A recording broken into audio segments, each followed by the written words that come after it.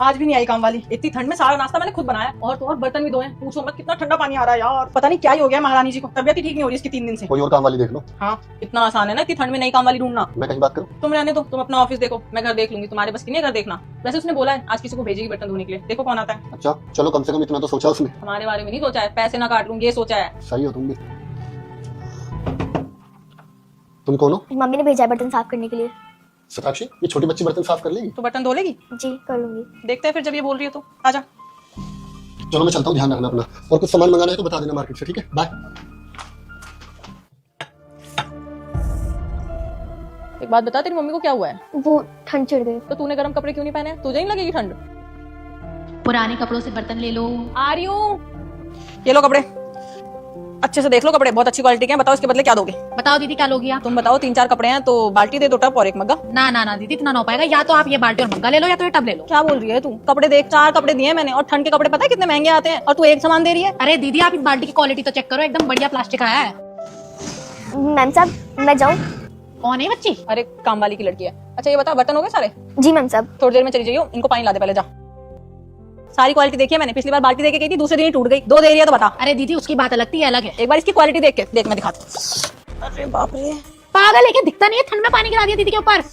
अरे क्यों डांट रही है उसे? मैंने भी ध्यान नहीं दिया, उसकी गलती नहीं है, मेरा ही हाथ लगा था। कोई बात नहीं। अरे दीदी दिखता नहीं है कैसे? ठंडा पानी गिरा दिया तो ठंड से बचकर ही रहो। हाथ कपवाने वाली ठंड हो रही है, बाहर देख रही हो कितनी ओस पड़ रही है, ऊपर से आपको ठंडा पानी गिरा दिया। बच्ची है वो अभी, इतना मत डांटो। सॉरी मैम साहब।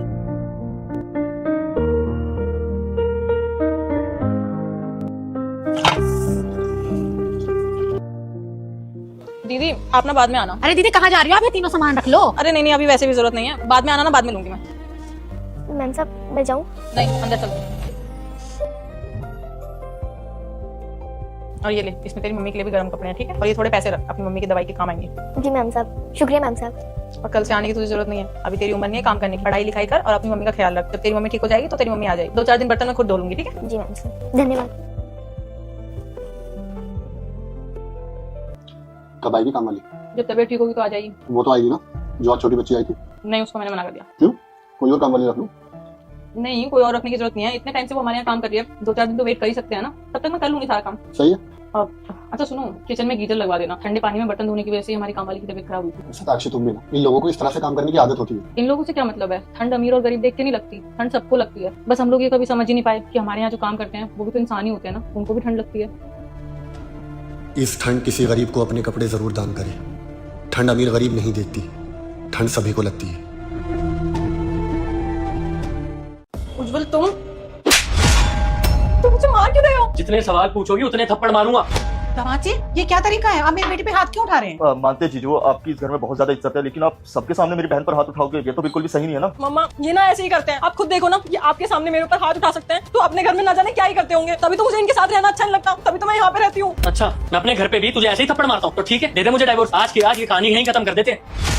बेटा जी वो तो दिख ही रहा है, जब आप मेरे सामने मेरी बेटी पे ऐसे हाथ उठा रहे हैं तो आपके पीछे वहाँ क्या करते होंगे? अरे तभी तो वो आके मायके में बैठी है। अगर उसे प्यार से रखते ना तो वो कभी ससुराल से नहीं आती। सही तो कह रही है मम्मी। और अगर जीजा जी आपको डाइवोर्स चाहिए ना तो प्यार से भी बोल सकते हो, आप ऐसे हाथ नहीं उठा सकते हम सबके सामने मेरी बहन पर। ठीक है आप पूछ लो ना, मैंने आपकी बेटी पर हाथ क्यों उठाया? और तुझे भी दिक्कत है ना, मैंने तेरी बहन के ऊपर हाथ क्यों उठाया? पूछ लेना अपनी बहन से। बताओ जरा इन्हें, मैंने क्यों उठाया तुम्हारे ऊपर हाथ? बताओ बताओ अपनी मम्मी को। हाँ बेटी बताओ क्या हुआ है, मुझे बताओ। अरे ये क्या बताएगी, इतना नीचे जो गिर चुकी, मैं बताता हूँ। साक्षी मम्मी कहाँ देख नहीं रही? सुबह से मंदिर गई क्या? उन्हें मैंने घर से निकाल दिया, वृद्धाश्रम छोड़ दिया। घर से निकाल दिया? तुम्हारी हिम्मत कैसे हुई? तुमने मेरी मम्मी को मेरे घर से निकाल दिया? अरे पागल हो गई हो क्या? व्हाट डू यू मीन तुम्हारा घर? ये मेरा भी घर है। वो मुझ पे हमेशा रोक टोक करती रहती थी और उनका तो कुछ ज्यादा ही हो गया था, यहाँ मत जाओ वहाँ मत जाओ। और दिन भर घर पे पड़े हुए मुफ्त की रोटी रोटी है तुम्हारी माँ, उनके पास कुछ काम तो था नहीं और मेरे ऊपर अपना रोज जमाती रहती थी। कभी चाय बना दे, कभी ये कर दे, कभी वो कर दे। अरे मैं इस घर में शादी करके बहू बन के आई हूँ, नौकरानी बन के नहीं आई, सिर्फ काम कर दे रहा हूँ बस। साक्षी मेरा हाथ उठ जाएगा, निकलो मेरे घर से। मैं क्यों निकलूंगी पर इस घर से? मतलब निकलो मेरे घर से। अरे दफा हो जाओ। मेरी माँ को मेरे घर से बाहर निकाल दिया और आप पूछते हैं कि मैंने इसके ऊपर हाथ क्यों उठाया? अरे मैं जब अपनी माँ को ढूंढने घर से बाहर गया ना, तो एक रोड किनारे मुझे बैठी मिली, वो रो रही थी बेचारी। मैंने देखा उनके गालों पर हाथों के निशान थे। अरे इसने हाथ उठाया मेरी माँ के ऊपर और आप लोग पूछते हो कि मैंने इसके ऊपर हाथ क्यों उठाया? ये क्या बोल रहे हैं दमाजी? हाँ ये सब किया तूने?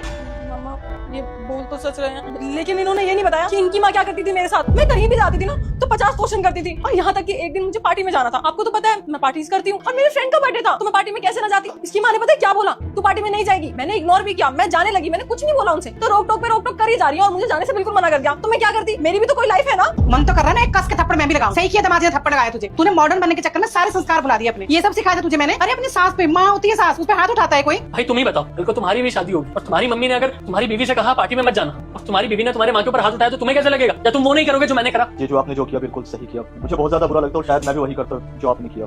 आप अपनी जगह बिल्कुल सही हो। मैं यहाँ पर आया था तुम्हें डाइवोर्स के कागज देने। देखिए माँ जी, आपकी काफी रिस्पेक्ट करता हूँ, लेकिन मैं ऐसी लड़की के साथ बिल्कुल नहीं रह सकता जो मेरी माँ की रिस्पेक्ट नहीं करती।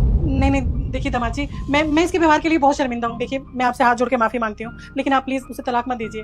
आज तो चलो हाथ उठाया, कल को न जाने क्या कर देगी मेरी माँ के साथ। देखिए मुझे लगता है एक बच्चे से बढ़कर उसकी माँ के लिए कुछ और नहीं है। मेरी माँ का मैं इकलौता ही बेटा हूँ, ना मेरी कोई बड़ी या छोटी बहन है, ना कोई भाई है। अगर मैं अपनी माँ का ध्यान नहीं रखूंगा तो और कौन रखेगा? और जिस घर में मेरी माँ ही नहीं है तो उस घर में मैं रहकर क्या करूंगा? आज तो इसने मेरी माँ के ऊपर हाथ उठाया, कल को मैं घर पे नहीं हुआ तो न जाने क्या कर दे मेरी माँ के साथ। देखिए माँ जी, मैं आपकी पूरी रिस्पेक्ट करता हूँ, लेकिन शायद अगर आपके साथ ऐसा हो ना तो शोएब भी यही करेगा जो मैंने किया। भूल चूक हो गई हो तो माफ करना, लेकिन अब मैं इसके साथ नहीं रह सकता। मैं चलता हूँ। अब बैठो सारी जिंदगी यहीं पर। सॉरी मम्मा।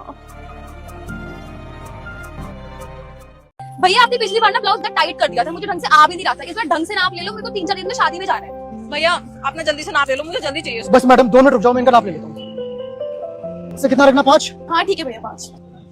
बताइए ना कितना रखना? भैया 10 रख दो। मैडम 11 कर देता हूँ, आपका टैटू भी तो दिखना चाहिए। क्या भैया, आप तो बड़ी नॉटी हो रही हो। अच्छा ठीक है चलो कर, और लेट नहीं होना चाहिए, ठीक है? तो आप 3-4 दिन में दे देना। ठीक है, मिल जाएगा। आप बताइए आपका क्या करना? आप नाप ले लो, मुझे ना शादी में जाना है, 2 दिन में चाहिए सूट, जल्दी से नाप ले लो आप। ठीक है मैडम। उम्र कितनी? 30। 29 कर दूँ? ठीक है, फिर आपको ना चेन लगानी पड़ेगी क्योंकि फिर ऊपर से उतरता नहीं है सूट। मैं लगा दूंगा। नेक बताइए कितना कर दूँ? 9 ठीक रहेगा। 10 कर देता हूँ, आजकल फैशन चल रहा है डीप नेक का। ठीक है भैया। ये कितना करूँ? 5? फुल। मैडम हाफ कर देता हूँ, आपके ऊपर अच्छा लगेगा। ठीक है, सही कह रहे हो, वैसे भी फैशन चल रहा है बहुत ज्यादा। जी जी। ये बताइए कितना करना है? 35। 34 कर देता हूँ मैडम, फिटिंग सही आएगी। मैडम पहले से ज्यादा फिट लग रहे हो, जिम में ज्वाइन कर ली क्या?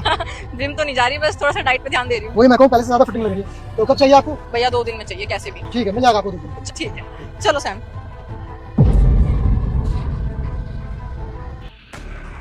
कहीं और से नहीं सिलवा सकती थी सूट?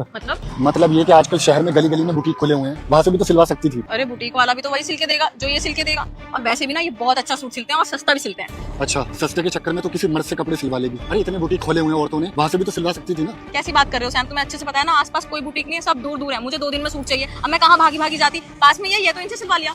मतलब सीरियसली तुझे बिल्कुल भी अजीब नहीं लगा कि वो किस तरह तेरा नाप ले रहा था? यार वो उनका काम है, इसलिए वो मेरा नाप ले रहे थे। 1000 औरतें आती है डेली उनके पास नाप देने के लिए, ऐसे ही वो मेरा नाप ले रहे थे। अरे तो एक टेलर औरत भी तो कपड़ों का नाप ले सकती है, ये एक मर्द ही लेगा? कितनी छोटी सोच है सैम तुम्हारी, कौन सी सदी में जी रहे हो? क्या लड़का क्या लड़की कोई भी नाप ले। अच्छा, मेरी छोटी सोच हो गई है। तुमने जरा भी नोटिस नहीं किया कैसे वो बोल रहा था, मैडम मैं गला डीप कर दूं, 1 नंबर बढ़ा दूं, अच्छा लगेगा, फैशन चल रहा है, और आपकी कमर पतली हो गई, मोटी हो गई। अरे वो साला इतना सब कुछ नोटिस कर रहा है, वो ये भी देख रहा है कि तुम जिम जा रहे हो नहीं। सैम बस बहुत हो गया, वो मुझे छूने का बहाना नहीं ढूंढ रहा था, सिर्फ नाप ले रहा था और मेरे कंफर्ट जोन के अकॉर्डिंग नाप ले रहा था, ताकि आगे चल के मुझे टाइट या ढीला ना हो सूट, बस ढीला ना हो। कंफर्ट जोन तुम्हारा, लेकिन परवाह उसको है, चिंता वो कर रहा है। अरे मैं इन जैसे मर्दों को जानता हूँ, बहुत अच्छे से जानता हूँ, क्योंकि मैं भी एक मर्द हूँ। अरे ये साले गली गली नुक्कड़ में इसलिए टेलर की शॉप खोल के बैठते हैं ताकि इन्हें औरतों को छूने का मौका मिले। मैं इनको बहुत अच्छे से जानता हूँ, सालों की नियत में खोट होता है। और तुमने देखा वो टैटू वाली लड़की, ये बोल रहा है मैडम थोड़ा सा डीप कर दूं, टैटू भी तो दिखना चाहिए। अरे एक बात बताओ, जिस ऑफिस में तुम काम करते हो वहाँ पे सिर्फ मर्द काम करते हैं, औरतें भी तो काम करती है ना? क्या मैं तुमसे कभी बोलती हूँ कि उस ऑफिस में मत जाओ जहाँ औरतें हैं? खैर तुम जैसे छोटे सोच वाले को समझाने का कोई फायदा ही नहीं है। देख यार, मैं ऐसा मर्द नहीं हूँ, मुझे बिल्कुल नहीं अच्छा लगा कि कोई साला गैर मर्द मेरी बीवी को